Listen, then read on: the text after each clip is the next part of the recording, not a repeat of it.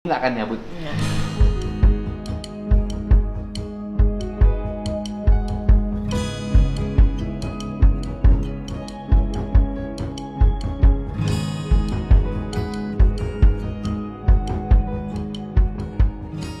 Ya sudah kalau itu. Ya udah sanggup kelakuan ibu gitu. Oh, karena kalau dinyambut nanti ini lagi ya. Dan ibunya trauma. Dan saya tidak bisa menjamin dia bakalan baik lah gitu. Oh, dan ibunya trauma. Pertanyaannya pasti mengalami hukuman. Misalnya pidana penjaranya 1 tahun atau 2 tahun, dia pasti keluar dong. Ibu gimana nanti setelah dia keluar? Ya, mudah-mudahan jadi lebih baik. Mudah-mudahan dia menyadari. Ya, menyadari kesalahannya tidak berbuat lagi. Atau nggak kembali dia jadi dendam? Bisa jadi dia jadi dendam. Artinya kan kita harus mempertimbangkan itu, gitu loh. Tapi mudah-mudahan enggak lah. Sudah kan jadi mikir gua kalau nggak masuk ke sini akan bisa baik, nggak akan bisa baik. Oh gitu. Kalau misalkan dia terus di luar mungkin bakal lebih parah. Kalau masuk LP, kan penjara, diponis, pasti suka ditengok. Ibu mau nengok berarti? Enggak. Nggak akan nengok. 2 tahun misalnya di penjara, nggak akan nengok. Iya dia bisa baik. Karena hati ibunya sudah terluka. Gitu. Tapi anak yang bersifat durhaka pada ibu, itu konsekuensinya panjang loh, Bu.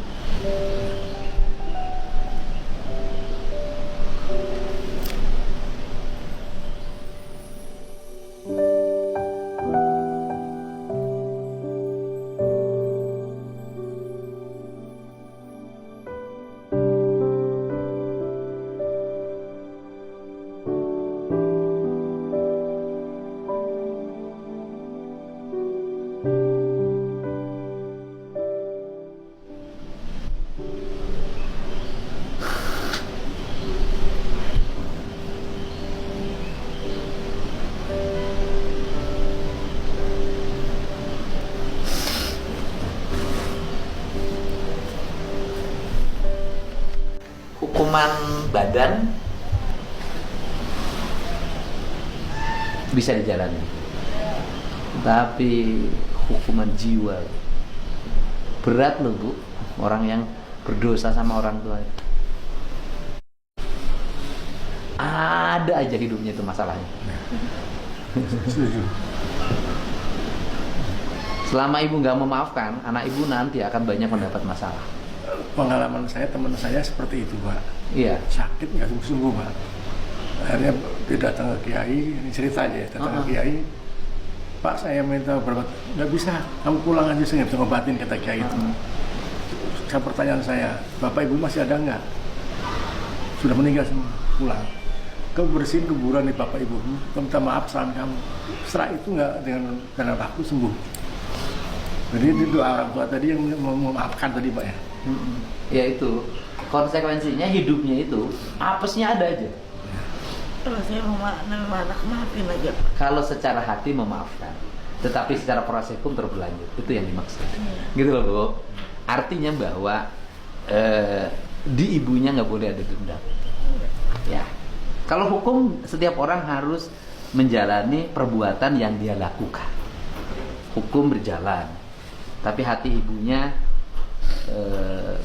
ya konsekuensi ibu punya anak satu-satunya ini akibat yang akan dialami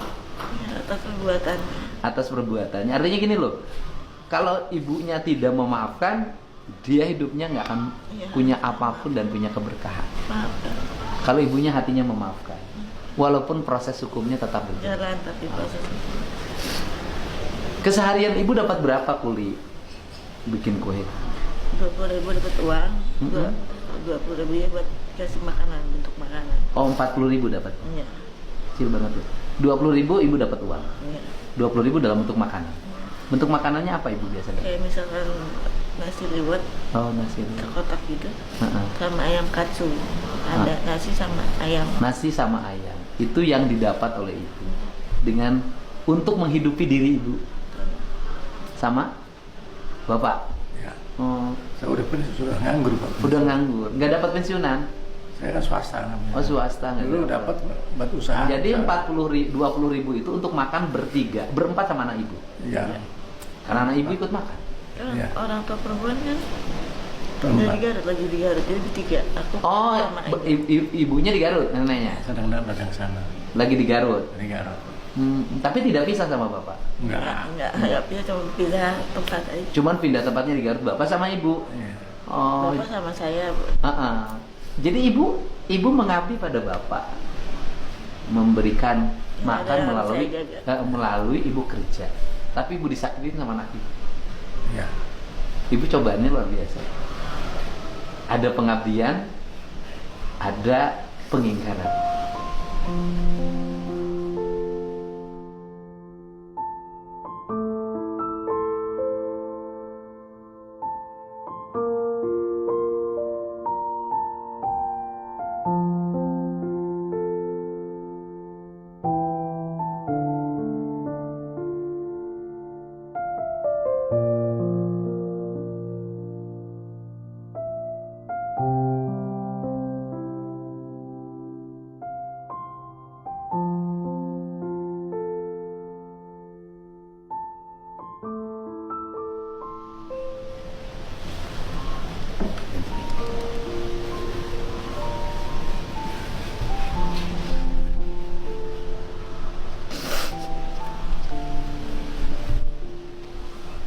Sekarang nggak kerja dong?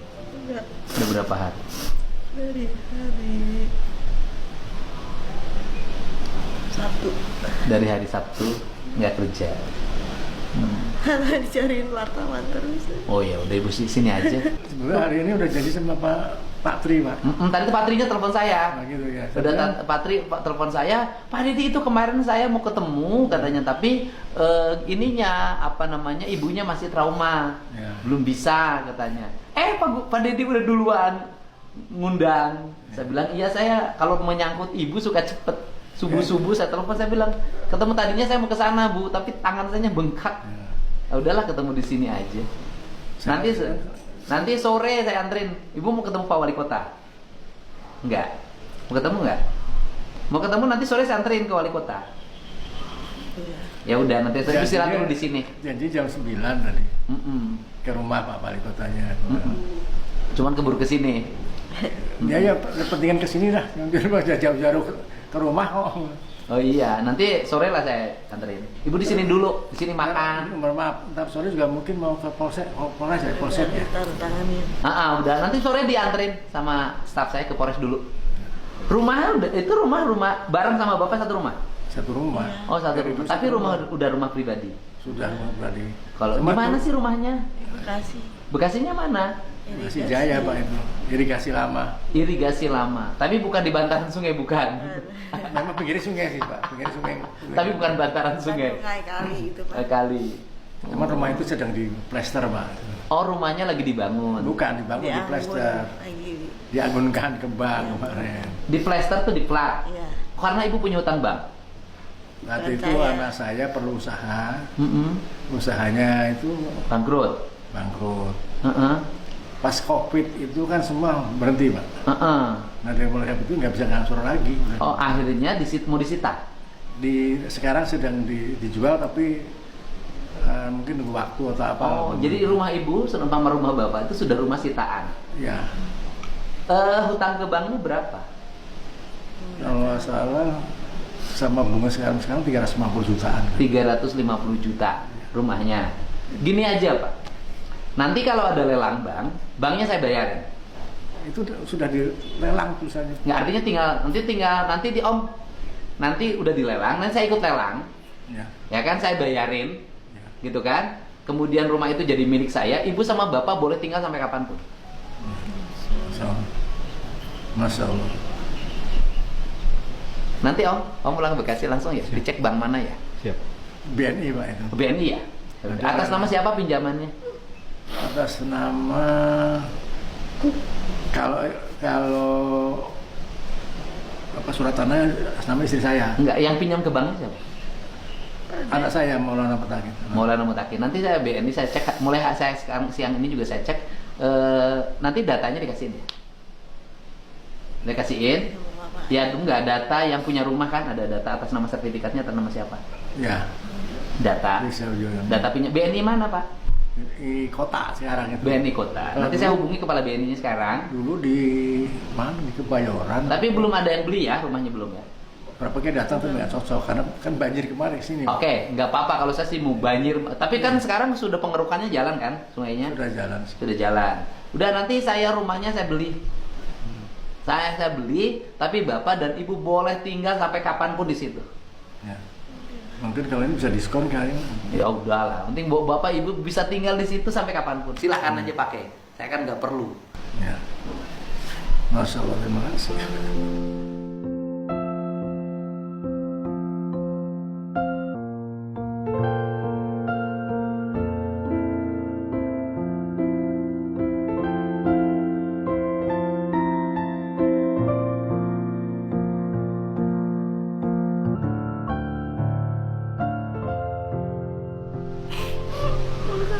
Iya, setiap peristiwa ada hikmah.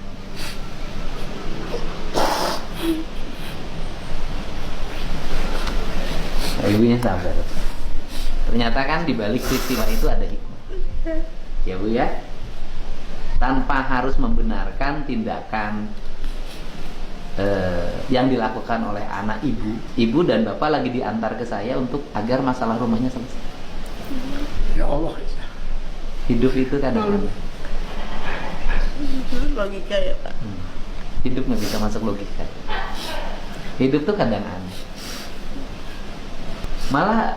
Malah hikmah peristiwa harusnya ibu terusir dari rumah dan nggak punya rumah sama sekali sama bapak menjelang usia tua, malah pengantarnya adalah anak ibu yang menganiaya.